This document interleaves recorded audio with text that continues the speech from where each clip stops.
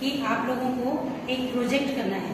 एक हमने half yearly में किया, एक प्रोजेक्ट हमें एनुअल में बनाना है। ठीक है, सीबीएसई की तरफ से नई गाइडलाइंस जारी हुई है कि लिटरेचर सब्जेक्ट में, हिंदी या इंग्लिश में, टीचर्स के ऊपर उन्होंने कह दिया है कि आप बच्चों से कुछ भी एक्टिविटीज करें, लेकिन एक्टिविटी वो होनी चाहिए जो थिंकिंग स्किल में काम करे बच्चों की, listening skill, speaking skill, writing skill, एक तरह से ऑलराउंड डेवलपमेंट। ठीक है, ये सारे सब्जेक्ट, इन सारे टॉपिक्स पर बच्चों की स्किल्स निकले।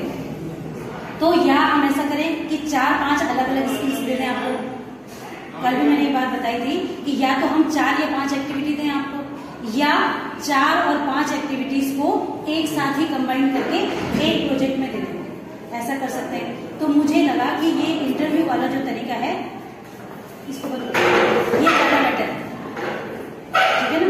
तो साक्षात्कार मीन्स इंटरव्यू। साक्षात्कार भी साहित्य की एक विधा है। साहित्य की एक विधा मीन्स तरीका। साहित्य मीन्स लिटरेचर। लिटरेचर को करने का एक तरीका है, लिखने का एक तरीका है।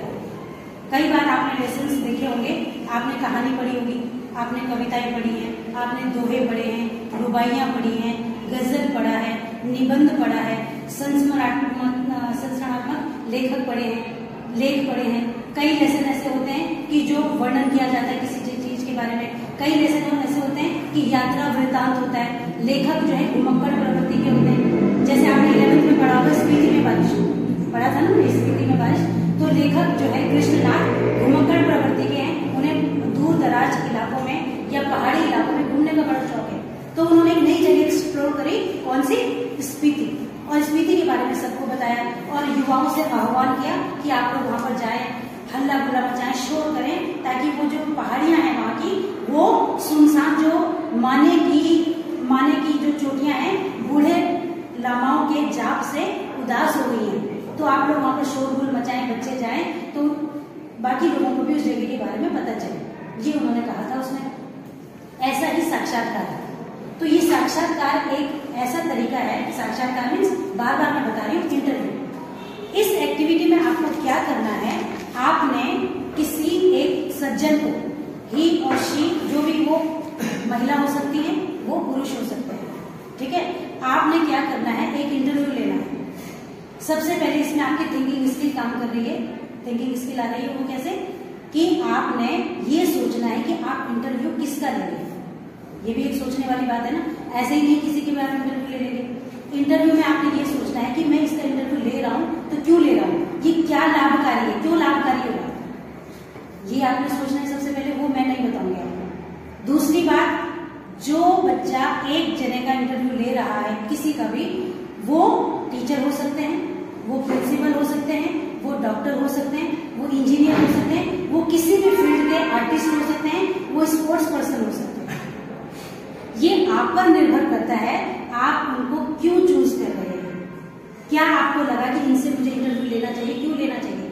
कुछ न कुछ तो बात होगी। वो दिव्यांग हो सकते हैं। दिव्यांग means differently abled, the people with different abilities, उनका आप इंटरव्यू कर सकते हैं, क्योंकि वो भी बहुत अच्छी अच्छी पोस्ट पर हैं। वो आपकी कोई भी रिश्तेदारी में हो सकते हैं, रिलेटिव हो सकते हैं, आपकी जानकारी में हो सकते हैं, आपके मोहल्ले पड़ोस में कोई भी हो सकते हैं।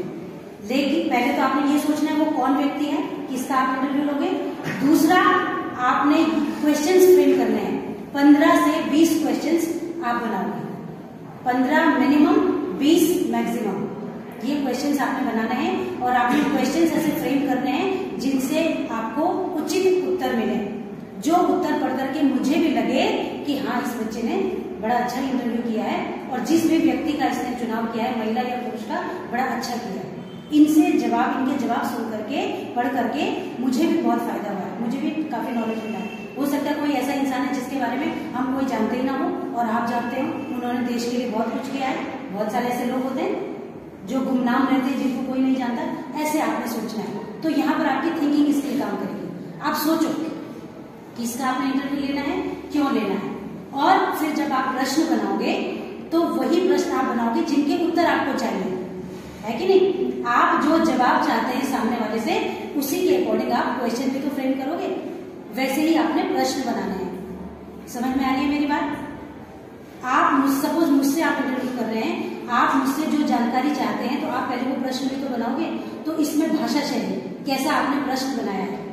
और अगर किसी दिव्यांग जन से आप इंटरव्यू ले रहे हैं, साक्षात्कार कर रहे हैं, ऐसा कोई प्रश्न ना पूछें जो उन्हें किसी भी प्रकार से दुख पहुंचाए या उन्हें हर्ट करे।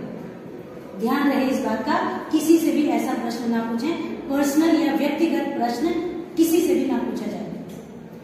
दूसरी बात, आप जिनसे भी इंटरव्यू लेंगे, जब आपने सोच लिया कि आप किससे इंटरव्यू ले रहे हैं, किसका आप इंटरव्यू करेंगे, आपने स्कूल यूनिफॉर्म में उनके पास जाना है, उनसे रिक्वेस्ट करनी है, चरण स्पर्श करके उनको प्रणाम करना है और कहना है कि मैम सर जो भी हैं, मैं SGR पब्लिक स्कूल नेहरूग्राम में पढ़ता हूँ या पढ़ती हूँ, और मुझे हमारी टीचर ने, सब्जेक्ट टीचर ने ये प्रोजेक्ट बनाने के लिए दिया है।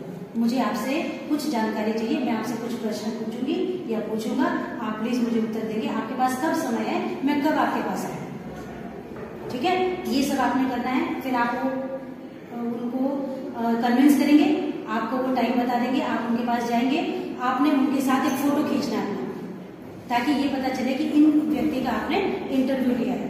प्रोजेक्ट के स्टार्टिंग के जो 3 पेज हैं, पहले जो 3 पेज हैं वो मैंने पहले भी बताया आपको। हाफ ईयरली में जो हुआ था आपका एक प्रोजेक्ट आपने बनाया है, वो तीनों पेज में भेज चुकी हूँ। सेम वो पेज एज इट इज बनेंगे, बस आपका जो टॉपिक है, विषय वाला जो कॉलम है वो चेंज हो जाएगा। अब आप विषय लिखेंगे, सपोज आप डॉक्टर किसी शर्मा से इंटरव्यू ले रहे हैं, तो आप विषय में लिखेंगे डॉक्टर श्री विनय प्रकाश शर्मा जी से एक साक्षात्कार। ये आपका विषय होगा। वो वकील हैं, वो एक्स सर्विसमैन है, वो टीचर हैं या प्रिंसिपल हैं, उनका नाम, जाहिर आप नाम तो पूछेंगे ही उनसे, डॉक्टर या श्री प्रिंसिपल प्रधानाचार्य श्री ये जो भी उनका नाम है, इनसे एक साक्षात्कार, ये आपका विषय आ जाएगा। 3 पेज के बाद चौथा जो आपका पन्ना होगा, पेज होगा, उस पर आप उन व्यक्ति की, महिला या पुरुष जो भी वो हैं, उनका एक फोटो लगाएंगे, उनका नाम, एड्रेस, पता, उम्र, सब, जहां वो जॉब करते हैं। चौथे पेज में वो होगा। और 5वें पेज से आपका प्रश्न और उत्तर वाला जो प्रकरण है वो आरंभ हो जाएगा। प्रश्नकर्ता यानी कि आप लिखेंगे प्रश्नकर्ता ब्रैकेट में मैं स्वयं, या अपना नाम भी लिख सकते हैं। फिर प्रश्न आप पूछेंगे, आपका प्रश्न आएगा, फिर उनका उत्तर, mister Sharma, mister Verma, mister Sati, जो भी है, ठीक है, वो रिपोर्टर हो सकते हैं, वो एडिटर हो सकते हैं, कोई भी हो सकते हैं। फिर उनका उत्तर, फिर आपका प्रश्न, फिर उनका उत्तर, फिर आपका प्रश्न, उनका उत्तर, इस तरह से।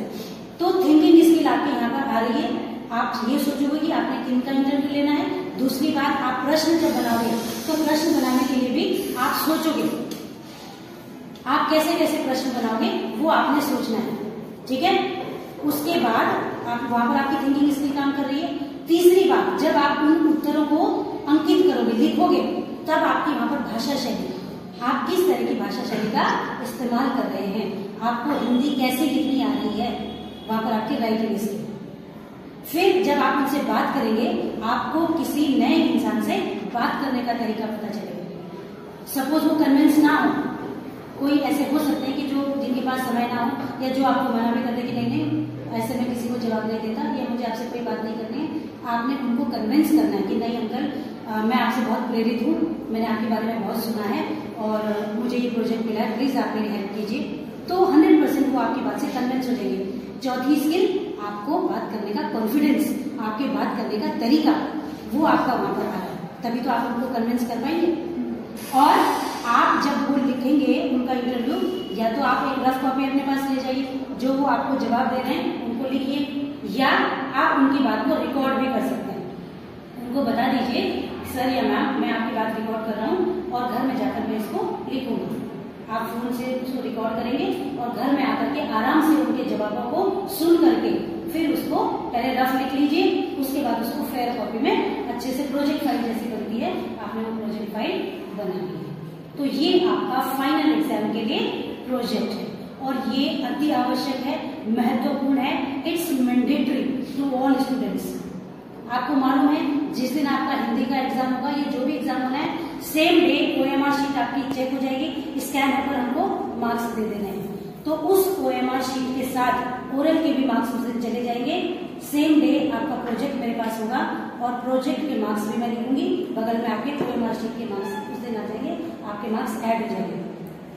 जो आपको डेट दी जाएगी, जो तिथि दी नहीं आया तो यू विल गेट 0 मार्क्स।